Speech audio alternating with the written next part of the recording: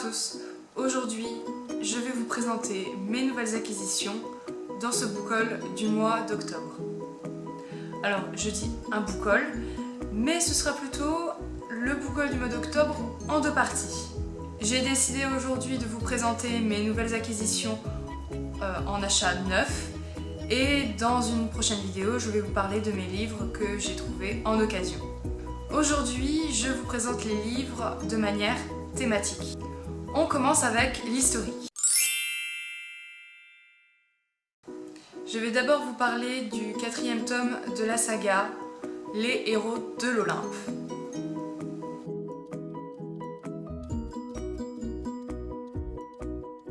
Alors c'est une saga dont je vous parle depuis quelques mois puisque je me procure les livres chez France Loisirs grâce à des offres ou des prix réduits. Donc j'ai trouvé ce 4e tome grâce à l'offre pour 2 achetés, vous avez le 3e offert parmi une sélection. Je vous rappelle qu'il s'agit d'une saga spin-off. Elle fait suite à la saga Percy Jackson de Rick Riordan. Donc on va suivre des adolescents qui sont à la fois humains et demi-dieux. Ils vont vivre des aventures liées au monde mythologique et ça se passe à notre époque. Je suis contente car ce 4e tome parle de l'une de mes divinités préférées puisque ce tome s'appelle La Maison d'Hadès. On voit très peu ce personnage dans la littérature, donc je suis contente que ce dieu apparaisse dans cette saga. Je vais ensuite vous parler d'une BD dont je n'ai jamais entendu parler, que ce soit sur les blogs ou les chaînes YouTube. Il s'agit de Les Favorites de Louis XIV de la saga Trash Cancan. Et c'est un tome 2.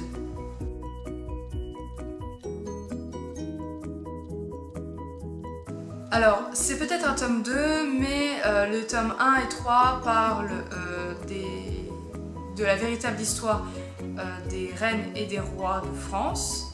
Et le 3e tome parle des grands méchants. Donc, les 3 livres peuvent se lire indépendamment. J'ai trouvé ce livre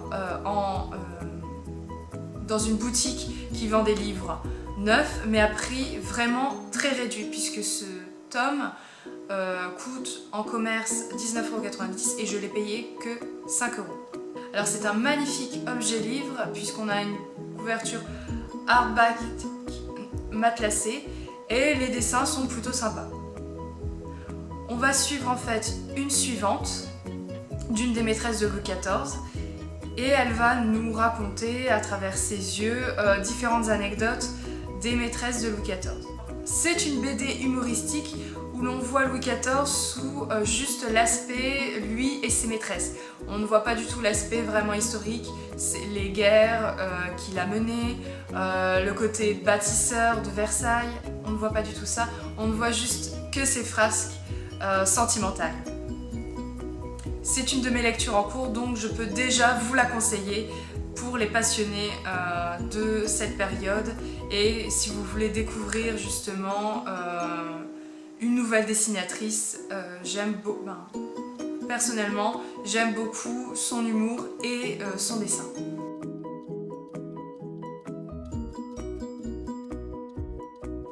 On va passer maintenant à la catégorie science-fiction dystopie.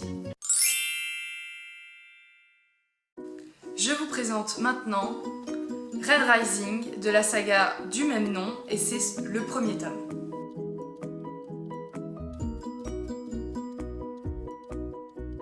J'ai entendu parler de cette saga en particulier grâce à Patatras et à la chaîne Une fille des livres, que je remercie énormément d'avoir donné des avis dithyrambiques sur cette saga. Elles m'ont vraiment donné envie de découvrir cette dystopie puisqu'on va suivre en fait une société qui se trouve sur Mars, qui a une population divisée en 2 parties. On a d'abord les rouges qui sont les esclaves de l'autre partie de la société, qui sont en fait les ors. On va suivre le personnage de Darrow, qui est en fait un rouge, et qui va vivre un drame causé par les ors. Il va vouloir se transformer en or pour pouvoir les détruire de l'intérieur. Alors, c'est une dystopie qui est considérée comme violente puisqu'il y a des scènes assez sanglantes. Mais vraiment, l'originalité de cette dystopie qui se trouve sur Mars m'a intriguée et justement grâce aux avis des différentes personnes, ça m'a vraiment donné envie de découvrir cette saga. Donc j'ai hâte de la découvrir. Je vais ensuite vous parler d'une autre de mes lectures en cours puisque j'ai acheté et tout de suite lu Ciel.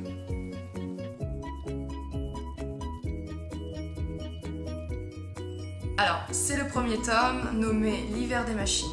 C'est une saga composée de 4 tomes qui va suivre les différentes saisons. On est plus là sur un récit science-fiction.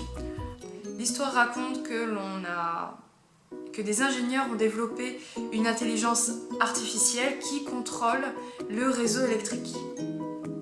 En 4e de couverture et dans le prologue, on découvre que cette intelligence va décider de couper l'électricité et tous les moyens de communication et voir ce que les humains vont faire.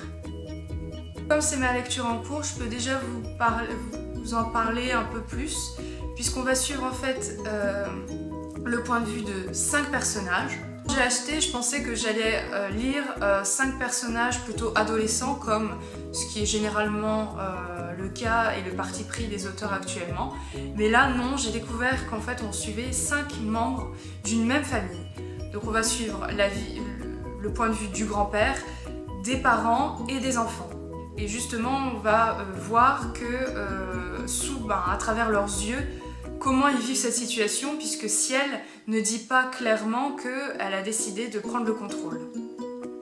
C'est déjà pour moi une excellente lecture, je suis déjà à la moitié et je sais d'avance que je vais acheter le 2e tome pendant le mois de novembre.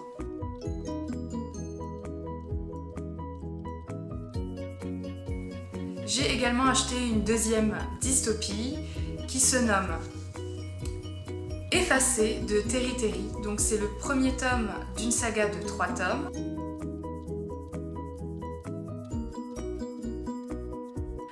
Cette saga m'a été conseillée par justement une conseillère de France Loisirs qui m'a vraiment intriguée et m'a donné envie de découvrir un peu plus l'histoire.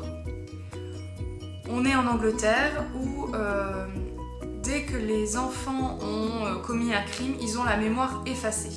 On va suivre le point de vue d'une jeune fille qui a eu justement la mémoire effacée. Cependant, ce qui n'arrive jamais, ils n'ont aucun souvenir et elle a des cauchemars qui ressemblent à des souvenirs de sa vie passée. Et justement, à travers ces souvenirs, elle se demande pourquoi elle a eu ce châtiment puisque elle ne comprend pas quel crime elle a commis pour subir ça.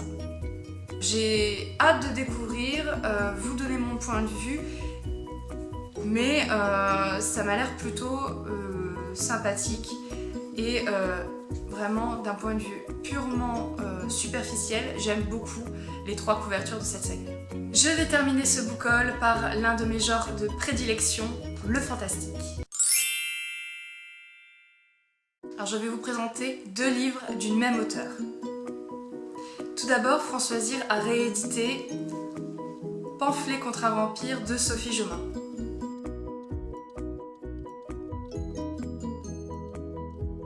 J'ai profité que France Loisirs l'avait réédité parce que je voulais découvrir ce livre de Sophie Jomain.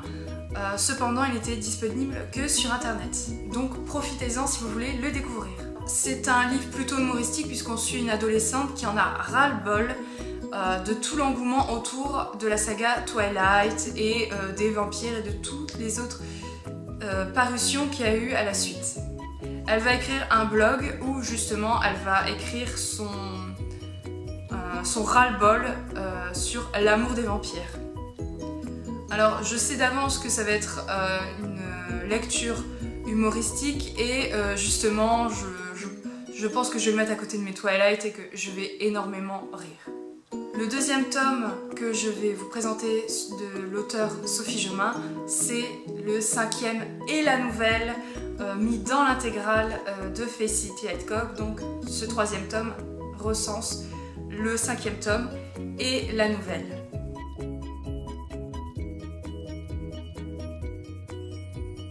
Alors c'est une parution nouvelle du nouveau catalogue. Je suis contente d'avoir les 3 volumes intégrales, comme ça dès que j'entamerai le tome 2, je pourrai lire la suite au fur et à mesure, puisque tous les tomes parus sont dans ma bibliothèque. Alors j'ai déjà lu le 1er tome, donc on est sous le point de vue de Felicity Hadcock, qui est une trentenaire anglaise, un peu à la Bridget Jones d'ailleurs. Elle a une vie un peu à la Bridget, qui connaît l'existence des vampires et qui ne veut rien avoir à faire avec eux, sauf que ces créatures sont attirées par elle. On va découvrir l'existence aussi des anges et différentes créatures à travers les différents tomes de cette saga.